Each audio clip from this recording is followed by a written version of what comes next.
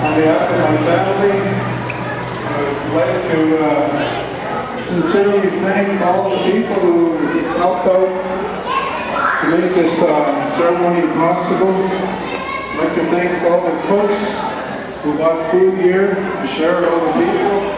I'd like to thank all the elders for coming out and saying prayers for us. And I'd like to thank all of the servers for helping out and serving the food. In our way, we believe that when you being a server, you get a blessing from that, for being a service. And I'd like to thank the Aboriginal community and Galway for their support. I'd like to thank the Alberton Eden Lodge for their contributions towards this feast and wildlands. I'd like to thank Rediscovering Sunrise and also the Scotland Band, First Nations Band in Saskatchewan, and any individuals who have helped out in financial contributions. I'd like to thank my friend Stan Lethbridge for bringing his buffalo robes here to use in the ceremony, and all the many people that helped out. So at this time, we're going to have a couple of speakers. So I'd like to ask the representative from Alberton to come forward. Sharing some thoughts with her. As you know, these Indian ceremonies are very special, very sacred to us. These ceremonies are given to us, feasts and wildlands. So we have that connection with those loved ones that departed, where they're allowed to come here and share food with us and eat with us. So that's something that they really enjoyed when they were on their time on Earth, sharing food with their relatives.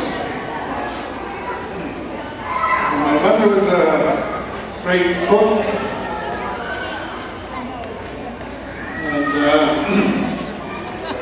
She was a cook at the Alberton Healing Lodge, the Native Women's Shelter, and then she became an elder at the lodge. So at this time, I'll turn it over to Alberton to Jerry Lindfingers. Hello, everybody. I had wrote notes and I lost them, so I just quickly wrote them as I was reading. But Alvin, Gloria, and Carrie, friends and the community. We opened our shelter in 1992 in Kensington at an old building that the city let us use. It was an old apartment building. And I hired Olive to be our cook, but we shared responsibilities. She was also our housekeeper. And we became friends, good friends very quickly. I used to help her cook and house clean. We had 8 crisis counselors, 3 support staff. Olive was one. I was the manager or executive director, and we had a receptionist bookkeeper. And now we have approximately 45, and I don't know how many relief staff we have. As I said, we were in the apartment building, and I'm not going to take too much of your time, but we were in the apartment building, and while I helped Olive cook and clean, one day we were cleaning, and we just had like a apartments for each woman.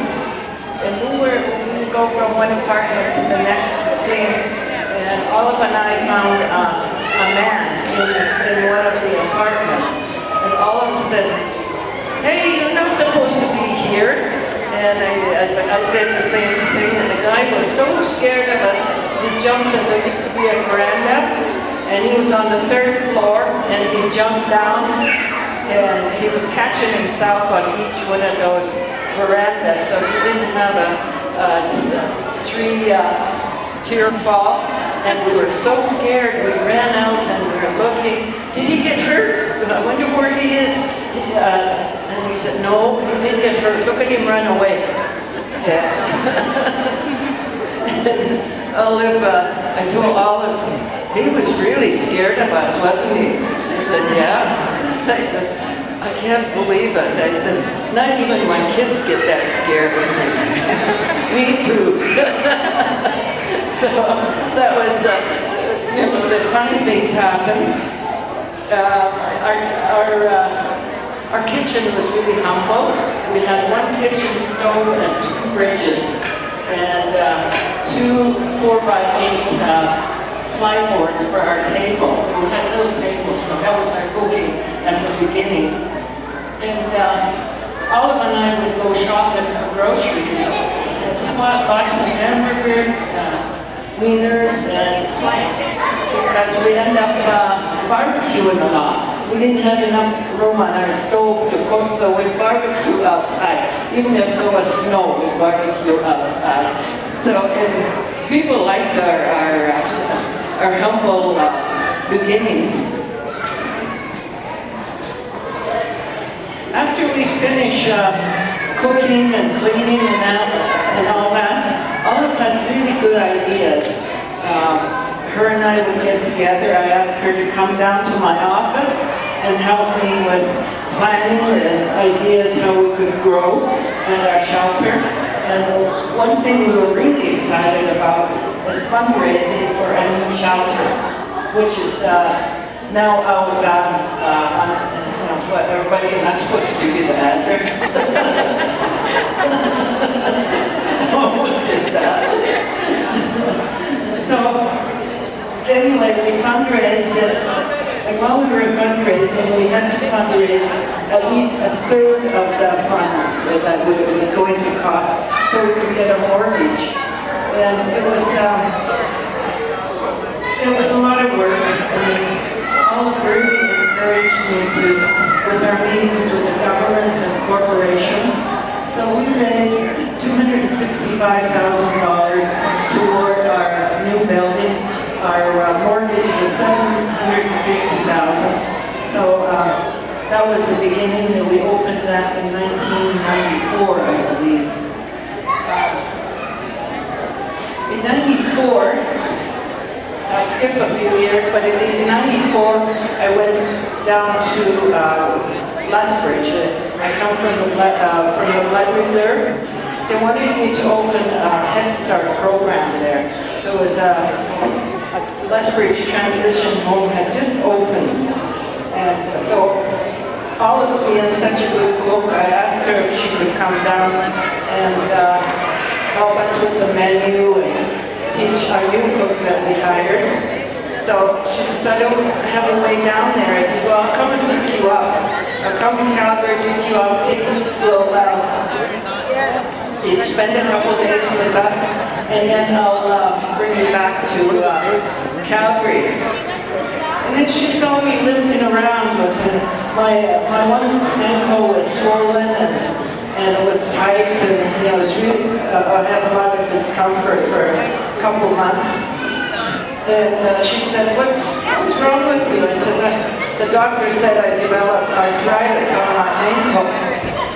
And she said, well, we're going back to Calgary. There's a healer from Texas, and I can take you there. I can call all my friends who will go to the healer.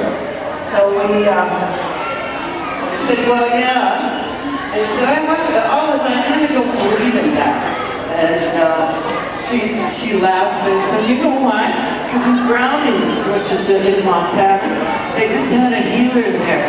And the people lined up and they threw their crutches away and their eyeglasses. But the next week they were lined up for a DIA, the Bureau of Indian Affairs, the health department, to replace their glasses and their crutches. Anyway, she said, you have to really believe, you have to pray about it. I said, okay, we got from here, from Lethbridge to Calgary, and we'll talk about it and we'll pray and things like that. We got to Calgary and northeast, I think it's east of here, there was a big hall. There was about 20 people waiting for me, their friends. And they were very religious people. And people from Texas, a man and this woman, and she had about 20 friends that were praying for me. And they all held my leg. I remember it was my right ankle, and they were really praying, and I was trying to pray and believe and everything like that. Anyway, I believe now because they healed me. They healed my leg that was I was supposed to have that all my life. So I really believe in prayer now, and Olive taught me how to believe in prayer. So that was another experience we had.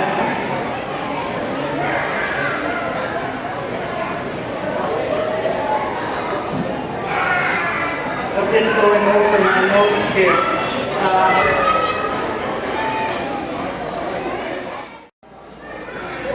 Oh, I know.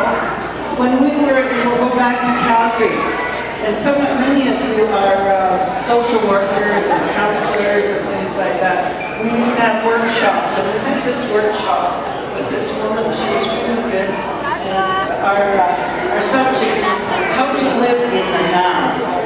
So Olive and I were together, and we said, Olive, we kind of live in the now. We because of our cultural beliefs, we try to make it easy for people and things like that. And she says, oh yeah, I believe in the now. I try to live in the now. And I says, there's another way we live in the now, I told her. I said, you know, us Indian people, when we have money, we don't save it. We have to spend it now. Or give our things away. She says, you're right. She says, I believe in the first one, and I believe in the second. She says, that's why Jerry will never be rich. And I'll never forget Olive's laughter. Olive's laughter, I think it echoes wherever she is, her laughter. I'll never forget her honesty. I know she was so honest. I'll never forget her prayers. Her prayers are so well said with a Christian or in our native spirituality. I'll never forget her faith in the people of Calgary and the community. She had lots of faith. That's why we grew so much at the shelter. We have so many programs. I think we have 9 programs now with the 45 people we have on staff. And what was really important to all of us is that we had a spiritual room. And we raised money for the spiritual room. We almost have $300,000 for our spiritual room. We have to raise a little bit more. And maybe next year we'll have our spiritual room over there. So that was her hope and her faith that we'll eventually get that. I will never forget how much she loved her family and the community. And I want to tell you, she was my inspiration. Thank you.